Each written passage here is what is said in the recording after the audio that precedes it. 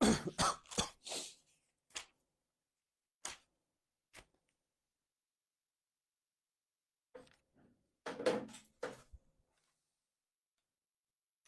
আলাইকুম সবাইকে।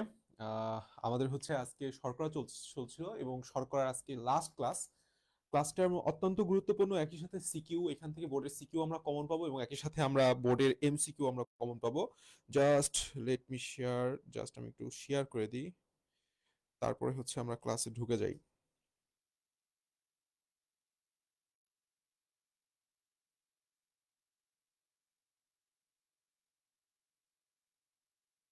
Okay.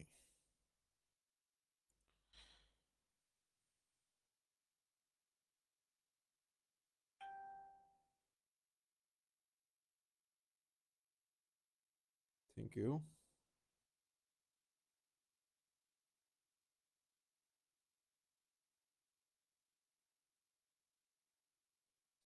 আচ্ছা, অডিয়েন্স একটু আসুক, তারপরে আমরা আস্তে আস্তে শুরু করি।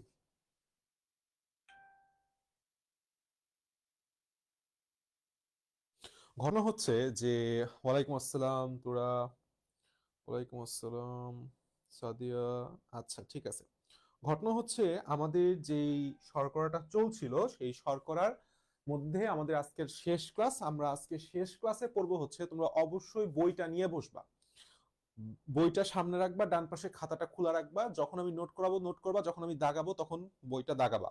তো চলো, আশা করি সমস্যা শুনতে কোনো সমস্যা হচ্ছে না। সমস্যা শুনতে, আচ্ছা ঠিক আছে, ওয়ালাইকুম আসসালাম, থ্যাংক ইউ। আসো, আমরা আজকে পড়বো হচ্ছে 4 নাম্বার পার্টটা, সেটা হচ্ছে পলিস্যাকারাইড। তার মানে তুমি বুঝতেই পারতেছো, এই পলি শব্দের অর্থ হচ্ছে বহু, আর স্যাকারাইড বলতে চিনি, মানে আসলে স্যাকারাইড বলতে এখানে বোঝানো হয়েছে মোনোস্যাকারাইড। কি স্যাকারাইড? মোনোস্যাকারাইড। কারণ অনেকগুলা মোনোস্যাকারাইড পরস্পর গ্লাইকোসাইডিক বন্ধনীর মাধ্যমে, আমি বললাম গ্লাইকোসাইডিক বন্ধনী গত ক্লাসে পড়াই দিছি, গ্লাইকোসাইডিক বন্ধনীর মাধ্যমে আবদ্ধ হয়ে যে বৃহৎ আকৃতির চেইন স্ট্রাকচার গঠন করে, সেটাকে বলা হয় হচ্ছে পলিস্যাকারাইড। তাহলে পলিস্যাকারাইডকে আমি ভাঙলে কি পাবো? অনেকগুলা মোনোস্যাকারাইড পাবো। এন সংখ্যক কি? এন সংখ্যক মোনোস্যাকারাইড পাবো। সহজ কথা, এন সংখ্যক মোনোস্যাকারাইড পাবো। এখন তুমি যদি একটু খেয়াল করো, ওয়ালাইকুম আসসালাম, তুমি যদি একটু খেয়াল করো, সেটা হচ্ছে আমাদের পলিস্যাকারাইডটাকে বা এই সরি এই টোটাল পলিস্যাকারাইডকে দুইটা অংশে বিভক্ত করা যায়। একটা হচ্ছে গাঠনিক পলিস্যাকারাইড আর একটা হচ্ছে সঞ্চয় পলিস্যাকারাইড। দেখবা যে এই বাম পাশে আমি 3টা স্টার দিছি, কারণ এখান থেকে এমসিকিউ পাবা 100%, হয় বোর্ডে পাবা, নাহলে কোনো না কোনো ভার্সিটিতে, নাহলে মেডিকেলে বা ডেন্টালে তুমি পাবাই। আমি চ্যালেঞ্জ দিয়ে বলতে পারি তুমি পাবাই। তো এক্ষেত্রে গাঠনিক পলিস্যাকারাইড মানে কি, তারা বিভিন্ন গাঠনিক উপাদান হিসেবে থাকবে।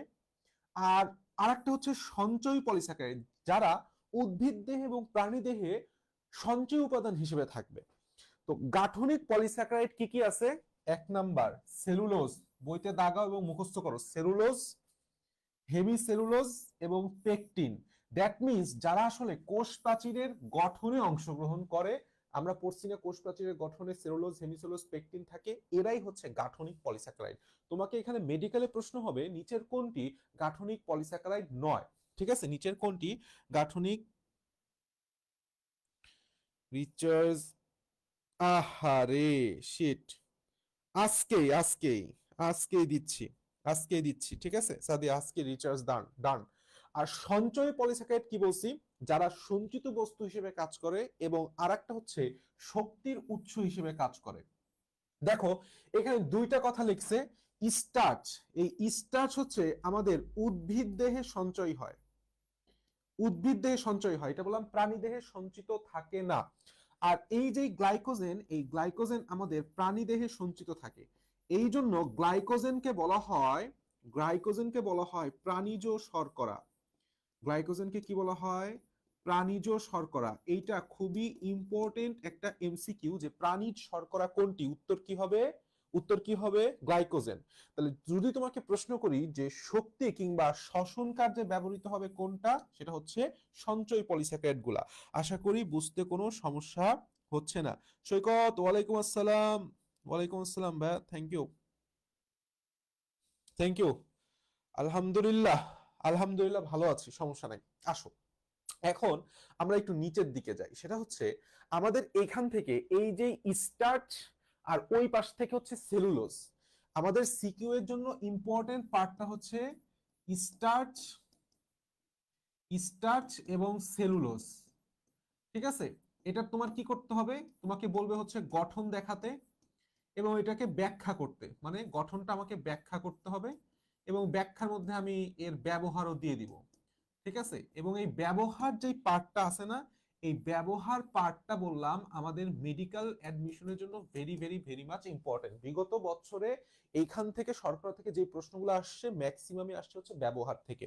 তো চলো আমাদের প্রথম যে পার্টটা আছে সেটা হচ্ছে আমাদের স্টার্চ সম্পর্কে আমরা সর্বপ্রথম আমরা একটু জানবো। তো স্টার্চ সম্পর্কে জানতে হলে আসো এখন খাতার মধ্যে খাতা খুলো। ঠিক আছে, খাতার মধ্যে খাতা খুলো, আসো। আমাদের যে স্টার্চটা আছে, এই স্টার্চ, এই স্টার্চ হচ্ছে আলফা ডি গ্লুকোজের পলিমার, আলফা ডি গ্লুকোজের পলিমার। পলিমার হলেও এর দুইটা পার্ট নিয়ে আসলে স্টার্চ গঠিত। কয়টা পার্ট বলছি? দুইটা পার্ট। তার মধ্যে একটা পার্ট হইতেছে, তার মধ্যে একটা পার্ট হচ্ছে অ্যামাইলোপেকটিন, অ্যামাইলোপেকটিন, আর আরেকটা পার্ট হচ্ছে অ্যামাইলোজ। দেখি কমেন্ট পড়ি তোমাদের, কেউ কমেন্ট নতুন করছো কিনা। তাহলে স্টার্চ কি বলছি? স্টার্চ হচ্ছে আলফা ডি গ্লুকোজের পলিমার যৌগ, যার দুইটা পার্ট থাকে, একটা হচ্ছে অ্যামাইলোজ আর একটাকে আমি কি বলছি? অ্যামাইলোপেকটিন। একটা হচ্ছে অ্যামাইলোজ আর একটাকে আমি কি বলছি? অ্যামাইলোপেকটিন। সো দেখো এই অ্যামাইলোপেকটিনের নামটাও বড়, তার মানে পার্সেন্টেজটা বড়। 78% থাকে স্টার্চের অ্যামাইলোপেকটিন। এইটাও বললাম একটা শর্করা, এইটাও একটা পলিস্যাকারাইড, আবার অ্যামাইলোজও একটা পলিস্যাকারাইড। ঠিক আছে, এই দুইটা পলিস্যাকারাইড মিলিত হয়ে আবার একটা নতুন পলিস্যাকারাইড তৈরি করে, যেটার নাম হচ্ছে আমাদের স্টার্চ। তো এই অ্যামাইলোজটা থাকবে তাহলে কত পার্সেন্ট? বাকি 22%। এই দুইটা পার্সেন্টেজ এমসিকিউ তে আসে, খুবই ইম্পর্টেন্ট। এখন প্রশ্ন হচ্ছে আমাদের অ্যামাইলোজ আর অ্যামাইলোপেকটিন কিভাবে গঠিত হয়ে একটা পরস্পরের সাথে যুক্ত হয়ে কিভাবে আমাদের স্টার্চ তৈরি করে। দেখো ফার্স্ট অফ অল আমরা সবাই জানি যে আমাদের আলফা ডি গ্লুকোজটা দেখতে কিরকম হয়।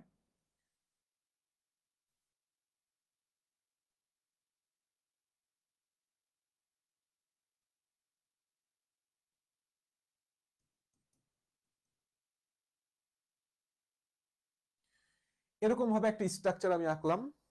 তো এই পাশে আলফা ডি গ্লুকোজ, তার মানে এই পাশে আমার হচ্ছে হাইড্রক্সিল বন্ধন, হাইড্রক্সিলটা থাকে। অনুরূপ ভাবে আমরা জানি 1 2 3 4 4 নাম্বার কার্বনে হাইড্রক্সিল গ্রুপ সবসময় নিচে থাকে। তো অনুরূপ ভাবে আমি এই জিনিসটাকে, আমি এই টোটাল জিনিসটাকে আমি যদি আরেকবার করি, ঠিক আছে, ওয়েট, এটা কেন কপি হচ্ছে না?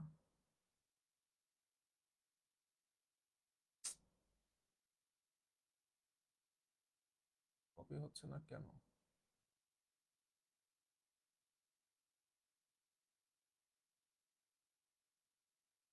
আচ্ছা আমরা একটু আরেকটু আঁকি, দরকার হলে আমরা একটু আঁকি।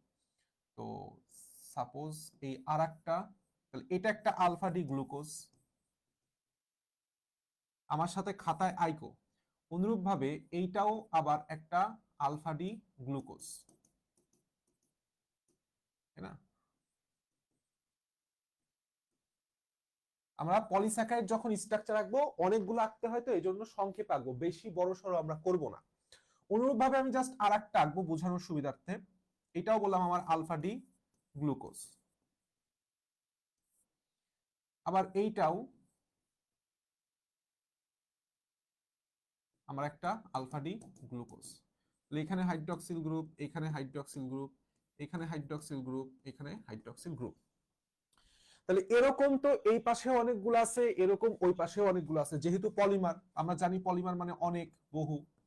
তাহলে তখন কি হয়, এই যে আমাদের 1 নাম্বার কার্বন, এই যে আমাদের 1 নাম্বার কার্বন, আর এটা হচ্ছে, সরি এটা হচ্ছে আমাদের 4 নাম্বার, 1 2 3 4, আর এটা হচ্ছে আমার 1 নাম্বার। এদের মধ্যে এইখান থেকে কি হয়, এক অণু পানি সরে যায়। আমরা এটা বললাম, এটা সবাই জানি, এটা বললাম আমরা সবাই গত ক্লাসে পড়ে আসছি। যখন পানিটা সরে যায় তখন এদের মধ্যে কি বন্ধন ঘটে? এদের মধ্যে কি বন্ধন ঘটে? এদের মধ্যে একটা অক্সিজেন বন্ধনী ঘটে, যেটাকে বলা হয় হচ্ছে গ্লাইকোসাইডিক বন্ড। তাহলে অনুরূপভাবে এই পাশেও কি গ্লাইকোসাইডিক বন্ধনটা আছে, আবার অনুরূপভাবে এইখানেও হাইড্রক্সিল বন্ধন না থেকে এইখানেও আমার গ্লাইকোসাইডিক বন্ধনই আছে, তাই না? এইভাবে বললাম চলতেছে। তাহলে এই যেই পার্টটা আমি এখানে আঁকলাম, আলফা ডি গ্লুকোজ পরস্পরের মাধ্যমে কি হয়, 1,4 লিঙ্কেজের মাধ্যমে, 1,4 লিঙ্কেজের মাধ্যমে যেই চেইন সদৃশ গঠনটা সৃষ্টি করতেছে, এইটাই হইতেছে আমাদের অ্যামাইলোজ। এটাই কি? অ্যামাইলোজ। তাহলে অ্যামাইলোজে আমি জিনিসটা বুঝতেছি, একটা লিংকেজের নাম আমি পাইছি আলফা 1,4 লিংকেজ, আলফা 1,4 লিংকেজ, এবং যেহেতু সেটা আলফা গ্লুকোজ আর আমার বন্ধনীটা ঘটছে 1 নাম্বার 4 নাম্বার কার্বনের মধ্যে, দ্যাটস ওয়াই আলফা 1,4 লিংকেজ, এবং সেখানে কোনো ধরনের শাখা তৈরি হয় না। এখন প্রশ্ন হচ্ছে শাখাটা কি? প্রশ্ন হচ্ছে শাখাটা কি? শাখাটা কি জিনিস খেয়াল করো। ঠিক সেম জিনিস আমি যদি আবার একটু দেখাই, আমার এখানে কপি হইতেছে না কেন আমি বুঝলাম না।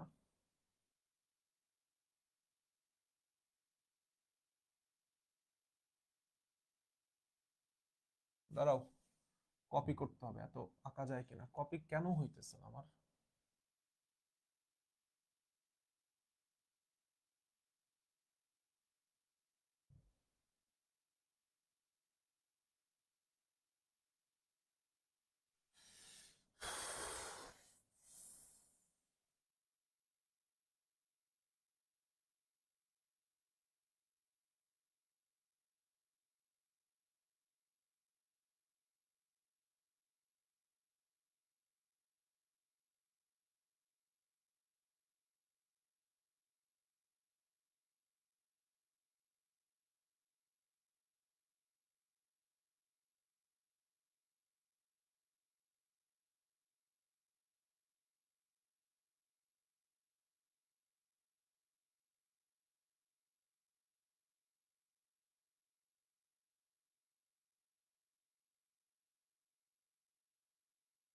Shit, no, no, no.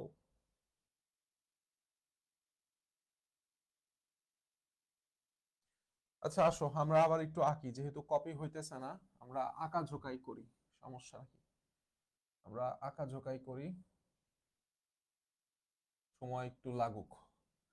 তো দ্যাটস হচ্ছে আমার অ্যামাইলোজটা। তাহলে ঠিক অনুরূপ ভাবে আমি যদি আরেকটা পার্ট আঁকি এইভাবে, সি সি সি সি, ওকে, অক্সিজেন।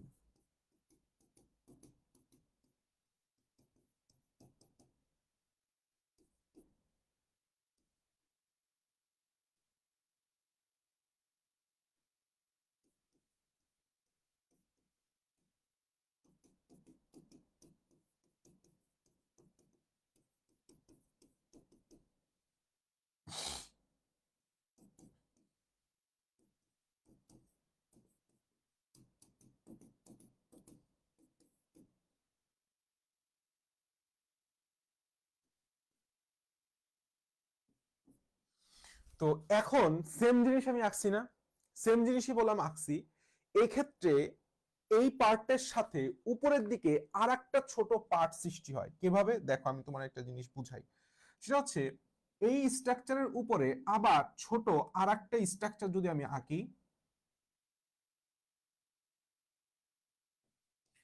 কিভাবে মানে সৃষ্টিকর্তা একটা শর্করা সৃষ্টি করে দেখো, মানে অবাক করার মতো কাহিনী।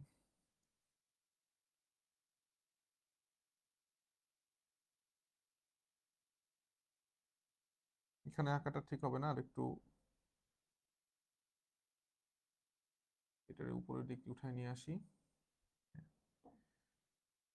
1 নাম্বার, আর এটার হচ্ছে আমার কত কত কত কত কত কত কত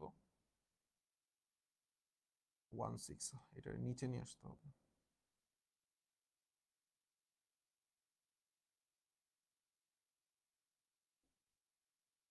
C bond C bond C C O C C C C CO C C C C, ঠিক একইভাবে আমি 3টা করে গ্লুকোজ অণু সেম ভাবেই আঁকবো। এই জিনিসটা প্রশ্ন হচ্ছে আমি কেন আইকে দেখাইতেছি, কারণ এটা তোমার পরীক্ষা খাতায় আঁকতে হবে, সময় নিয়ে তোমাকে এইভাবে আইকে দেখাইতে হবে, ঠিক আছে, এর জন্যই আঁকা। এখন প্রশ্ন হচ্ছে এই পার্টের মধ্যেও তো আমার বিভিন্ন টাইপের মানে বন্ধনটা আছে, অর্থাৎ গ্লাইকোসাইডিক বন্ধনই থাকবে, এর মধ্যেও গ্লাইকোসাইডিক বন্ধনই থাকবে। কিন্তু এইটার এক প্রান্তে যায় একটা ঘটনা ঘটে যাবে, কি সেটা হচ্ছে এইটা হচ্ছে আমার সেই 1 নাম্বার কার্বন না, এটা হচ্ছে আমার 1 নাম্বার কার্বন। আর এই পাশে একটা জিনিস খেয়াল করো, সেটা হচ্ছে 1 2 3 4 5, উপরের দিকে একটা কার্বন থাকে 6, এই 6 নাম্বার কার্বনের উপরের দিকে হচ্ছে আমার হাইড্রক্সিল গ্রুপ থাকে, দুই পাশে দুইটা হাইড্রোজেন থাকে। আর এই পাশে 1 নাম্বার কার্বনেও আলফা, যেহেতু আমি বলতেছি সবই হইতেছে আলফা ডি গ্লুকোজ, সবই হইতেছে আমাদের আলফা ডি গ্লুকোজ, তার মানে এইখানেও বললাম 1 2 3 4 5 6, এই হাইড্রক্সিল গ্রুপের 1 নাম্বারেও হাইড্রক্সিল গ্রুপটা নিচে থাকে। যখন এরা দ্রবণে কাছাকাছি হয় তখন এদের মধ্যে এই হাইড্রক্সিল গ্রুপ থেকে ঠিক আগের মতোই পানি বের হয়ে আসে, এদের মধ্যে একটা বন্ধন, অক্সিজেন বন্ধন সৃষ্টি হয়। খেয়াল করছো স্ট্রাকচারটা? এখন খেয়াল করো, এখন বললাম আমার স্ট্রাকচারটা একদম ফুলি কমপ্লিট, একদম ফুলি কমপ্লিট। কেমন? এখন যে ঘটনাটা ঘটবে, তাহলে আমাদের এইখানে আলফা 1 4 লিঙ্কেজ আছে কি নাই? আছে, যে 1 নাম্বার কার্বন আর এটা হচ্ছে আমার 4 নাম্বার কার্বন, তাহলে আলফা 1 4 লিঙ্কেজ তো আমি পাইতেছি। লিঙ্কেজের সাথে সাথে তুমি যদি একটা জিনিস খেয়াল করো, এইটা হচ্ছে আমার 1 নাম্বার কার্বন, এইটা হচ্ছে আমার 1 নাম্বার কার্বন, আর এই পাশে যে কার্বনটা সংযুক্ত হয়েছিল এটা হচ্ছে আমার 6 নাম্বার কার্বন। তাহলে এইখানে আলফা 1 4 এর সাথে সাথে আমি আরেকটা জিনিস পাবো, আলফা 1 6 লিঙ্কেজ, আলফা 1 6 লিঙ্কেজ। এই যে আলফা 1 4 লিঙ্কেজ আর আলফা 1 6 লিঙ্কেজ এর সাথে মাধ্যমে যে চেইনটা গঠিত হয় সেটা হচ্ছে অ্যামাইলো পেকটিন। দেখো গঠনও বড়, এই জন্যই বললাম 78%। তাহলে আমি বলছিলাম যে শাখা বলতে আসলে কি বুঝি, তুমি খেয়াল করো যে এই যে আমার মেইন চেইনটার সাথে একটা ক্ষুদ্র চেইন আলফা 1 6 লিঙ্কেজের মাধ্যমে সংযুক্ত হয়েছে, এই পার্টটাকে আমরা বলি ব্রাঞ্চ বা শাখা, এই পার্টটাকে আমরা কি বলি? ব্রাঞ্চ বা শাখা। So it's very very much important যে অ্যামাইলোজ আর অ্যামাইলোপেকটিনের মধ্যে বেসিক ডিফারেন্সটা কি। অ্যামাইলোজ হচ্ছে শুধুমাত্র আলফা 1 4 লিঙ্কেজ থাকবে এবং সেটা অশাখান্বিত থাকবে, সেটা কি বলছি? অশাখান্বিত থাকবে। আর আমার অ্যামাইলোপেকটিন সেটা আলফা 1 6 লিঙ্কেজের সাথে সাথে আলফা 1 4 লিঙ্কেজের সাথে সাথে আবার আলফা 1 6 লিঙ্কেজ থাকবে, যার কারণে সেটা কি হবে? শাখান্বিত হবে, যার কারণে সেটা শাখান্বিত হবে। যখন স্টার্চ বলতে হবে সেম কথাটাই আইকে দেখাইতে হবে এবং লিখে দেখাইতে হবে। এখন বলতেছো ভাই তাহলে স্টার্চ তো এইটা হইলো, এখন স্টার্চ আবার এই অ্যামাইলোপেকটিনের সাথে কিভাবে সংযুক্ত হবে? ওই যে একটার 1 4 এর মধ্যে 1 নাম্বার যে কার্বনটার সাথে পরবর্তীতে আবার 6 নাম্বার কার্বন পরস্পরের সাথে যুক্ত হয়ে যাবে। এত বেশি দরকার নাই, অত বেশি জটিলতার ভিতর ঢুকে আমরা জাস্ট এইটুক একে দেখাইলেই আমাদের আর কিছু লাগবে না। আশা করি বুঝতে পারছো। তো এখন আমরা সরাসরি চলে আসি বইয়ের মধ্যে, আবার সেটা আমরা বইটা খুলে ফেলি। বইটা খুলে শ্বেতসার বা স্টার্চ, অ্যামাইলোজ এবং অ্যামাইলোপেকটিন নামক দাগায় ফেলো। অ্যামাইলোজ এবং অ্যামাইলোপেকটিন নামক দুটি পলিস্যাকারাইডের সমন্বয়ে গঠিত হচ্ছে স্টার্চ। উদ্ভিদে স্টার্চ সঞ্চিত পদার্থ রূপে কাজ করে। Very very very very much important for MCQ. ঠিক আছে? আচ্ছা, আমাদের আর কিছু লাগবে না। বলবো যে ভাইয়া আপনি যেটা আঁকছেন আর এইটার মধ্যে ডিফারেন্সটা কি? এটার মধ্যে ক্ষুদ্র কোনো ডিফারেন্স নাই। আমি যে ছবিটা আঁকছি সেখানে হচ্ছে আমি এই দুই পাশটা বাকি রেখে দিছি, মানে পলিস্যাকারাইড বোঝানোর জন্য, যেখানে আরো আছে। আর এরা কি করছে, এরা দেখো, এরা সরি আমাদের মাঝখানে একটা অক্সিজেন বন্ধন ছাড়ছে আর একটা অক্সিজেন বন্ধন ধরছে, নিচে এন লাগাই দিছে, মানে এন সংখ্যক বন্ধনই থাকবে, এন সংখ্যক ভেতরে আলফা ডি গ্লুকোজ থাকবে। এইটাও তুমি আঁকতে পারো, এইটাও ইজি, এইটাও ভেরি মাচ ইজি, বাট এখানে ওই অ্যামাইলোপেকটিনের শাখাটা 1 6 এর শাখাটা দেখা যায় না, সো আমি এর জন্য আঁকি নাই। আচ্ছা আসো, এখান থেকে আমাদের আর কি পড়তে হবে? এখান থেকে আমাদের আরো লাগবে, সেটা হচ্ছে একটা স্টার্চের বেলায় সেটা হচ্ছে প্রধান উৎস, ধান গম আলু স্টার্চ প্রধান উৎস। এই জিনিসটা তুমি দেখতেছো, এই যে এখন দেখো এইখানে যে ছবিটা আছে আমি এতক্ষণ ধরে সেটাই আঁকছি, তোমাকে এই ছবিটাই আমি দিতে বলবো, এই ছবিটা একে ভেতরে রিডিং করে যেটুক মাথায় থাকে সেটুক লিখে দিয়ে আসলেই তুমি ফুল মার্ক পাওয়া যাবে সিকিউতে। তো নিচের দিকে টোটালটা একটু রিডিং দিবা, টোটালটা রিডিং দিয়ে দেখো এখানে একটা জিনিস বলছে যে শতকরা 22 ভাগ হচ্ছে অ্যামাইলোজ আর 78 ভাগ হচ্ছে অ্যামাইলোপেকটিন। দাগায় ফেলো, আর কিছু এখান থেকে লাগবে না। লাস্টের লাইনটা এমসিকিউ এর জন্য লাগবে, সেটা হচ্ছে গোল আলুর স্টার্চ কণিকা, গোল আলুর স্টার্চ কণিকা সবচেয়ে বৃহত্তম আর চালের স্টার্চ কণিকা হচ্ছে ক্ষুদ্রতম। So it's very very much important. আর একটা জিনিস এমসিকিউ তে আসে ভার্সিটি অ্যাডমিশনে, স্টার্চের আণবিক সংকেত। তুমি যদি খেয়াল করো C6H12O6 হচ্ছে আমাদের মনোস্যাকারাইড, C6H12O6 হচ্ছে আমাদের মনোস্যাকারাইড। স্টার্চ গঠন এখান থেকে কি সরাই দিব, এক অণু পানি সরাই দিব, এক অণু পানিতে কি যাবে, C6C থাকবে, H10 হয়ে যাবে, O5 হয়ে যাবে, এইটার নিচে এন লাগাই দিব। সো ভেরি ইজি, গ্লুকোজ থেকে এক অণু পানি সরাই দিয়ে নিচে এন লাগাই দিবা, সেটাই হচ্ছে আমাদের আণবিক স্টার্চের আণবিক সংকেত। এখন আসো সেটা হচ্ছে স্টার্চের ধর্ম, it's very very very much important for both CQ and MCQ. দেখো আমরা স্টার্চ খাই, স্টার্চের কোনো গন্ধ নাই, স্টার্চের কোনো বর্ণ নাই, স্টার্চের কোনো স্বাদ নাই, এবং সাদা পাউডার জাতীয় জৈব রাসায়নিক পদার্থ যেটা অধিকাংশ বেলায় পানি, ইথাইল অ্যালকোহল অদ্রবণীয়। যেরকম ভাত, ভাত বললাম স্টার্চ, তাহলে স্টার্চ সে ভাতের কি কোনো গন্ধ আছে? একটা মারের গন্ধ থাকে, বাট এটাকে আমরা গন্ধ ধরলাম না, নাই, বর্ণ নাই, স্বাদও নাই, এবং সেটা কি পানিতে দ্রবীভূত, পানির মধ্যে ভাত কি তুমি গুলাইতে পারবা?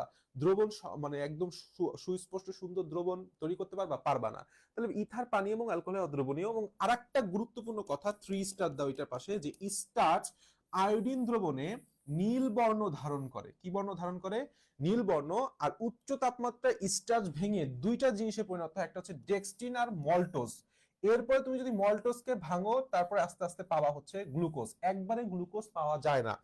লাস্ট অফ অল সেটা হচ্ছে যেহেতু সে পলিস্যাকারাইড, আমি আগেই বলছি পলিস্যাকারাইড গুলা হচ্ছে অবিজারক শর্করা, অর্থাৎ ফেহলিং দ্রবণ স্টার্চ কর্তৃক বিজারিত হয় না। তার মানে তুমি যাবতীয় যত বৈশিষ্ট্য তুমি দেখতে পাইতেছো, বৈশিষ্ট্য সবগুলাই হচ্ছে নেগেটিভ, বৈশিষ্ট্য সবগুলাই কি নেগেটিভ। এমসিকিউতে এই কথাটা কাজে লাগবে, যেটা পজিটিভ দেখবা সেটাই হচ্ছে স্টার্চের বৈশিষ্ট্য নয়।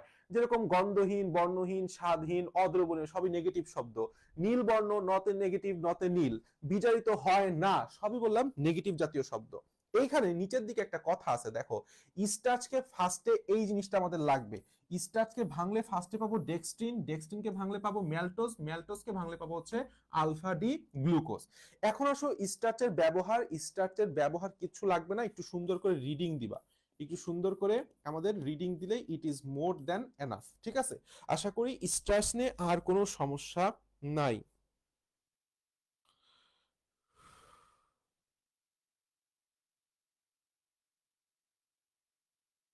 বোর্ড কালো, হুডি কালো, মানুষও কালো। আচ্ছা ঠিক আছে, সমস্যা নাই।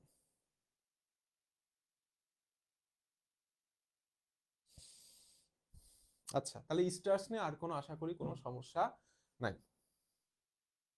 এখন আসো আমাদের স্টার্চের পরে আমাদের অন্যতম একটা গাঠনিক পলিস্যাকারাইড হচ্ছে উদ্ভিদ দেহে যেটা থাকে, সেটা হচ্ছে সেলুলোজ। সো সেলুলোজ আর স্টার্চের মধ্যে যে ডিফারেন্সটা আছে না, এই সিকিউ এর জন্য একটা 3 স্টার ইম্পর্টেন্ট টপিক, সেটা হচ্ছে স্টার্চ, স্টার্চ ভার্সেস সেলুলোজ। ঠিক আছে, স্টার্চ আমি পড়াই দিছি, এখন আমি সেলুলোজও পড়াবো। তাহলে সেলুলোজ দুইটাই আমাদের সুন্দর করে তুমি লিখতে পারবা, কোনো সমস্যা নাই। কিন্তু একটু বেসিক জিনিস আমি তোমাকে বলে দেই, সেটা হচ্ছে স্টার্চটা হইতেছে কোথায় সঞ্চিত থাকে। স্টার্চটা তুমি পাবা হচ্ছে, এটা হচ্ছে মেইনলি সঞ্চিত, স্টার্চটা হচ্ছে একটা সঞ্চিত পলিস্যাকারাইড, আর সেলুলোজটা হচ্ছে গাঠনিক পলিস্যাকারাইড, তাই না? আর একটা গুরুত্বপূর্ণ, যে স্টার্চ গঠিত হয়েছিল হচ্ছে আলফা ডি গ্লুকোজ থেকে, কি থেকে? আলফা ডি গ্লুকোজ থেকে। আর সেলুলোজ গঠিত হবে হচ্ছে বিটা ডি গ্লুকোজ থেকে, বিটা ডি গ্লুকোজ থেকে। আর একটা ইম্পর্টেন্ট ডিফারেন্স হচ্ছে স্টার্চটা ছিল শাখান্বিত, স্টার্চটা হচ্ছে শাখান্বিত পলিস্যাকারাইড, শাখা তৈরি হয়েছিল, কারণ এখানে 1,6 নামক একটা লিঙ্কেজ থাকে। আর সেলুলোজে কোনো শাখা থাকে না, অর্থাৎ অশাখান্বিত, অশাখান্বিত। যেহেতু শাখান্বিত তার মানে এখানে কি লিংকেজ পাবো, আলফা 14 এর সাথে সাথে এখানে আলফা 16 লিংকেজ। আর যেহেতু এটা অশাখান্বিত সেলুলোজে আমি কি পাবো, বিটা 14 লিংকেজ। ঠিক আছে, এই দুইটা জিনিস। এবং আরেকটা বেসিক কথা হচ্ছে স্টার্চ বললাম মানুষ হজম করতে পারে, কিন্তু সেলুলোজ হজমের জন্য যে সেলুলেজ এনজাইম মানুষের থাকে না। এই না থাকার কারণে বললাম মানুষ সেলুলোজ হজম করতে পারে না, কিন্তু গরু ছাগল ঠিকই হজম করতে পারে। ওকে, আচ্ছা আসো এখান থেকে আর সেরকম কোনো পড়াশোনা নাই, আমরা সরাসরি সেলুলোজে ঢুকে যাব। সেটা হচ্ছে সেলুলোজ উদ্ভিদের প্রধান গাঠনিক পদার্থ। এই লাইনটা দাগাও, প্রধান গাঠনিক পদার্থ, very very very much important. এবং বলছে কি উদ্ভিদ কোষের প্রাচীরের সেলুলোজ দিয়ে গঠিত এবং অসংখ্য বিটা ডি অণু, অসংখ্য বিটা ডি গ্লুকোজ অণু পরস্পর বিটা 14 লিংকেজে আবদ্ধ হয়ে সেলুলোজ তৈরি করে। That's it.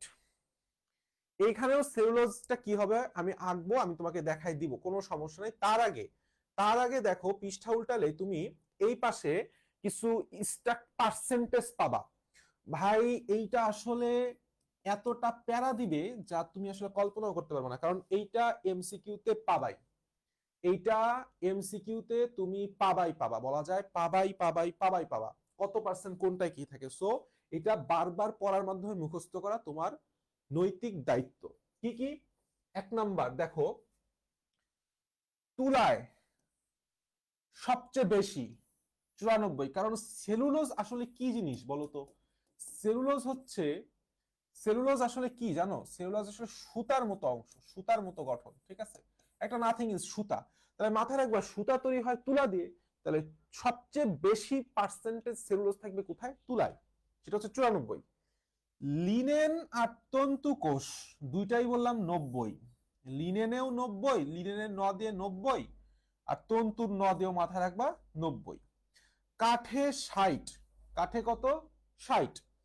তৃণলতায়, তৃণলতার তি দিয়ে মনে রাখবা 30 থেকে 40%, আর জৈব বস্তু সমৃদ্ধ মাটিতে 40 থেকে 70%। এটা very very very much important. এখন আসো এইখানে সেই কথাটা বলছে যে আমি কেবল যে মানুষ কেন সেলুলোজ হজম করতে পারে না সেই জিনিসটাই এইখানে আমরা লিখছি। ঠিক আছে, আর সেলুলোজ হচ্ছে এমন একটা অণু যেটা পৃথিবীতে সবচেয়ে বেশি পরিমাণে পাওয়া যায়। কি বলছি, সেলুলোজ এমন একটা রাসায়নিক মানে পলিস্যাকারাইড বা রাসায়নিক যৌগ যেটা আমাদের পৃথিবীতে সবচেয়ে বেশি পরিমাণে পাওয়া যায়। এখন আসো সেলুলোজের ধর্মের মধ্যে তুমি ঢুকো। আমরা স্টার্চের মধ্যে পড়ছিলাম, স্টার্চ আয়োডিন দ্রবণে নীল বর্ণ ধারণ করে, তার মানে স্টার্চ প্লাস আয়োডিন হচ্ছে আমাদের ব্লু। তাহলে এই জিনিসটা মাথায় রাখবা, সেটা হচ্ছে SiB, এটা যেন কখনো ভুল না হয়, SiB স্টার্চ আয়োডিন দিলে ব্লু কালার পাবো।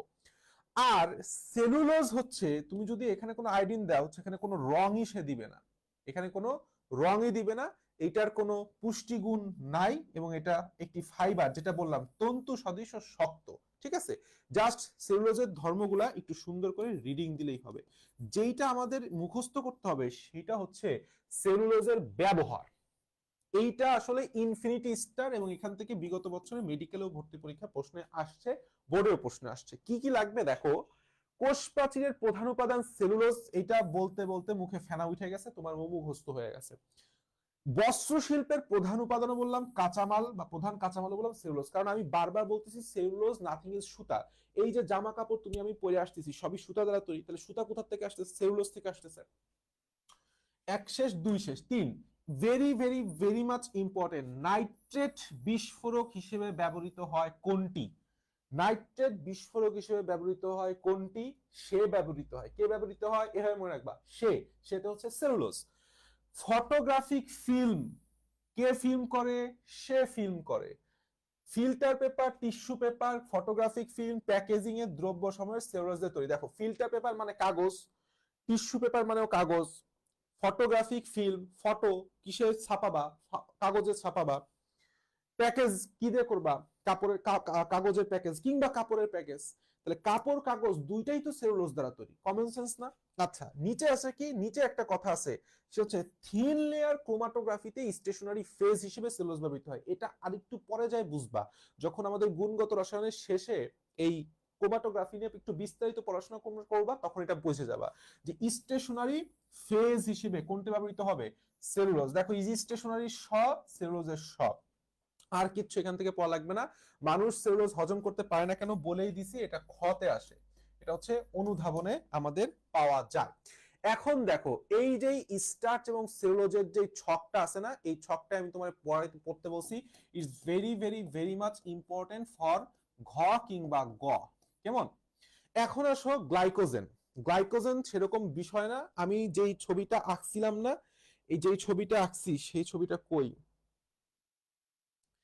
কই কই কই কই কই এই যে আমার স্ট্রাকচার, এই যে ছবিটা তুমি দেখতে পাইতেছো, এই যে ছবিটা, এই ছবিটা যখন প্রাণী দেহে চলে যায়, এই ছবিটা কোথায় যায়, অর্থাৎ এই পার্টটা যখন উদ্ভিদে থাকে তখন সেটা হয়ে যায় অ্যামাইলোপেকটিন, এবং এই পার্টটা যখন প্রাণীতে থাকে তখন সে হয়ে যায় হচ্ছে গ্লাইকোজেন। তখন সে কি হয়ে যায়, তখন সে গ্লাইকোজেন হয়ে যায়। দ্যাটস ইট, আর কিচ্ছু বলি নাই।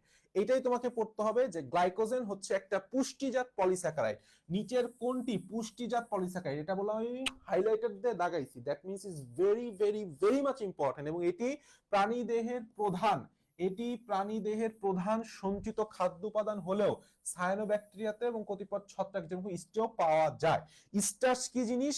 স্টার্চ হচ্ছে আলফা ডি গ্লুকোজের পলিমার, যেখানে অবশ্যই আলফা 16 এর সাথে সাথে আলফা কি 14 এর সাথে সাথে আলফা 16 লিঙ্কেজ থাকে। তার মানে 100% যেখানে 16 লিঙ্কেজ পাবা সেখানেই গ্লাইকোজেনটা তার মানে কি শাখান্বিত, গ্লাইকোজেনটা শাখান্বিত। এইখানে বললাম শাখা দেখানো হয় নাই, এই জন্যই আমি আগে সময় নিয়ে চিত্র দুটো আইকে দিছি যাতে তোমাদের আর পরবর্তীতে বুঝতে কোনো সমস্যা না হয়। নিচের দিকে অনেক কিছু লিখছে, লাস্ট লাইনটা লিখতে হবে, এই জন্য গ্লাইকোজেনকে প্রাণীজ স্টার্চ বলে, যেটা আমি আগেই লিখে দিছি। এই ছবিটা দিবা না, আমি যেই ছবিটা আইকে দিছি না অ্যামাইলোপেকটিনের, সেই ছবিটা দিবা, ঠিক আছে? এখানে বললাম সুস্পষ্ট করে লিখে দিছে চিত্রে আলফা 16 লিঙ্কের শাখা দেখানো হয় নাই, তাহলে চিত্র দিছিস কেন রে ভাই? গ্লাইকোজেনের ধর্ম জাথিং ইজ জাস্ট রিডিং দিবা, গ্লাইকোজেনের ধর্ম লাগবে না, জাস্ট একটু রিডিং দিবা, বুঝে বুঝে একটু রিডিং দিবা। লাস্টের পয়েন্টটা লাগবে, সেটা হচ্ছে যকৃতে গ্লাইকোজেন গ্লুকোজে পরিণত হয়ে রক্তে প্রবাহিত এবং রক্তে গ্লুকোজের স্বাভাবিক মাত্রা নিয়ন্ত্রণ করে। তো এইখান থেকে তোমাকে প্রশ্ন হবে যে গ্লাইকোজেনটা প্রাণীদেহে কোথায় সঞ্চিত হয়?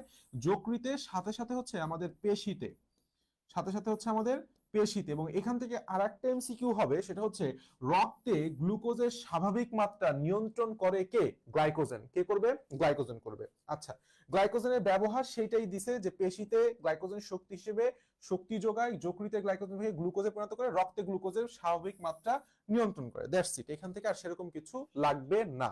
এখন আসো আমাদের one of the most important টপিকে, যেখান থেকে তুমি আমি বলা যায়, আমি বলছিলাম যে অবশ্যই একটা না একটা এমসিকিউ পাবা। সেটা হচ্ছে বিজারণ ক্ষমতার ভিত্তিতে শর্করা হচ্ছে দুই প্রকার, একটা হচ্ছে রিডিউসিং সুগার আর একটা হচ্ছে নন রিডিউসিং সুগার। রিডিউসিং সুগার কি আমি বলছিলাম, যেটা হচ্ছে CuOH2 কিউপ্রিক হাইড্রোক্সাইডকে বিজারিত করে CuOH2 থেকে কিউপ্রাস অক্সাইডের লাল বর্ণের অধক্ষেপ সৃষ্টি করতে পারে, অর্থাৎ সে একটা দ্রবণকে বিজারিত করতে পারে, এই জন্য নামকরণটা হয়েছিল বিজারিত শর্করা, বিজারিত শর্করা বা রিডিউসিং সুগার। তো এইখানে কথাটা উল্টা ভাবে বলছে, যেভাবে বলছে সেভাবেই দিবা, যে যেসব কার্বোহাইড্রেট কমপক্ষে একটি মুক্ত অ্যালডিহাইড বা কিটোন গ্রুপ থাকায় ক্ষারীয় আয়নকে বিজারিত করতে পারে তাদেরকে রিডিউসিং বা রিডক্স শর্করা বলা হয়, গ্লুকোজ, ফ্রুক্টোজ, ম্যানোজ প্রভৃতি। ঠিক আছে? নন রিডিউসিং সুগার কি? অবিজারক শর্করা, যেসব কার্বোহাইড্রেট একটি মুক্ত অ্যালডিহাইড বা মুক্ত কিটোন গ্রুপ না থাকে। তাহলে সোজাভাবে তুমি জিনিসটা বলবা যে সকল শর্করায় মুক্ত অ্যালডিহাইড বা কিটোন গ্রুপ থাকে, এবং যেটি আমাদের বেনেডিক্ট দ্রবণ CuOH2 এর যে দ্রবণটা সেটা হচ্ছে বেনেডিক্ট দ্রবণ। এই বেনেডিক্ট দ্রবণ বা ফেহলিং দ্রবণ, এই ফেহলিং দ্রবণ কে বিজারিত করতে পারে তাদেরকে বিজারিত শর্করা বা রিডিউসিং সুগার বলা হয়। উদাহরণ কি? আরা। এই জিনিসটাই লাগবে। নিচের কোনটি নন রিডিউসিং সুগার? তিনটা মনে রাখবে, একটা হচ্ছে সুক্রোজ, ট্রিহালোজ আর সকল ধরনের পলিস্যাকারাইড। যাবতীয় এর বাদে যাবতীয় যা আছে সবই বললাম আমাদের রিডিউসিং সুগার। তাহলে নন রিডিউসিং এর তিনটা মনে রাখলে আমাদের আর কিছু মনে রাখা যা লাগবে না। এখন আসো হেমিসেলুলোজ নিয়ে। হেমিসেলুলোজ আসলে কিছুই না, অর্ধেক সেলুলোজ। দ্যাট মিন্স দুইটা উদাহরণ লাগবে, গ্লুকান আর জাইলান। প্রশ্ন হবে নিচের কোনটি হেমিসেলুলোজ। আর একটা কথা হচ্ছে কাইটিন। কাইটিন হচ্ছে একটা নাইট্রোজেন বিশিষ্ট পলিস্যাকারাইড এবং এটি বিশ্বে প্রচুর পরিমাণে থাকা দ্রব্যের একটা। এবং এখানে কোথায় কোথায় পাওয়া যায়? ছত্রাকের কোষ প্রাচীর, কাঁকড়া, লোবস্টারে, বহিকঙ্কালে কাইটিন থাকে। এই দুইটা line very very important for MCQ. আমি বারবার বলতে দিতেছি, এইখানে বললাম আমাদের লাইন ধরে ধরে পড়তে হবে এই অধ্যায়, কারণ এই অধ্যায়ে হিউজ পরিমাণে ইনফো আছে। এখন আসো কার্বোহাইড্রেট ডেরিভেটিভস। কার্বোহাইড্রেট ডেরিভেটিভস মানে কি? এরা প্রকৃত কার্বোহাইড্রেট না, কিন্তু এরা সৃষ্টি হয়েছে কার্বোহাইড্রেট থেকে। ঠিক আছে, এরা সৃষ্টি হয়েছে কার্বোহাইড্রেট থেকে। কার্বোহাইড্রেট জাতীয় পদার্থ, কিন্তু একদম মাতৃ কার্বোহাইড্রেট না।